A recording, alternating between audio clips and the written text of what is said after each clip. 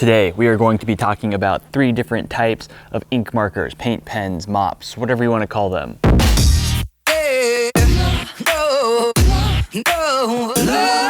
So you're looking to buy some ink markers, paint pens, graffiti things. So I'm going to run you through the 3 types that I use. There are plenty of more out there, so you might do some research and find something you like better, but this should get you started. I'm going to be going over mops, ink markers, and solid paint pens.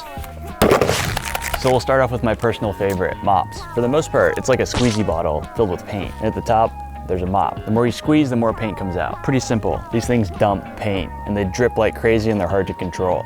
But I like the way it looks. For ink markers, most have nibs on them, which is the felt tip on the top, and they're spring loaded. When you press it on a surface, it goes in, gets more paint on the nib, and it soaks it up. So you can control how much paint you're laying down. In general, these are easier to control, but if the nib is super loaded up, it's still gonna drip. And last up is something I'm not too familiar with, but a lot of people like. This one is a Markle paint stick, and it's kind of like a giant crayon, and supposedly it just writes on everything. But to me, it also looks like a crayon, but I haven't practiced too much with it. But I'll show you what it looks like. And one of the benefits is it's not gonna leak everywhere. And all of these markers come in different form factors, different nib sizes, and different companies. So you just kind of need to find the ones that you like. For mops, I like Grog. For ink markers, it's kind of a crapshoot for me. I have Mighty markers, I have OTRs, and I have Crank, so it's all over the board. And the paint stick, honestly, I'm not the one to ask, but this is a Markle. I should also mention all of this stuff can be found on Bombing Science. So let's go to the wall. I'll show you the difference. But before we start and you're excited to see what's gonna happen, consider subscribing. All right, so I have mop, ink, and paint. So for mop, I'll do like a non-loaded horizontal line and a loaded horizontal line. Not squeezing, me squeezing. For the ink marker, non-loaded nib. Then I'll load up the nib and we'll look at it.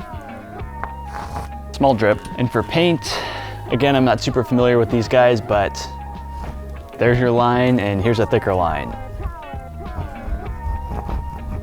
So I think once you get the hang of it, you can kind of control how much drip you get, or you can just absolutely go crazy with it. So for the mop, there's obviously a big difference in terms of how much paint you can put down. So that's why I like it the most. It seems like it's the most versatile. Granted, you don't always get this thin line when you want it. Mighty marker, for the most part, it's relatively consistent. I think this one's actually running out a little bit, but they can drip quite a bit, especially if you load up. And then we have the big crayon. Obviously, I have no idea how to use it. Like, that's not even legible. I do think it works better on smoother surfaces. Anyways, I'm by no means an expert or a pro, but I hope this helped you find your first marker. If you like this content, I have more edited projects in this channel, so feel free to check those out. Subscribe, like, comment, either way. I hope you have a good day, and I'll see you in the next video.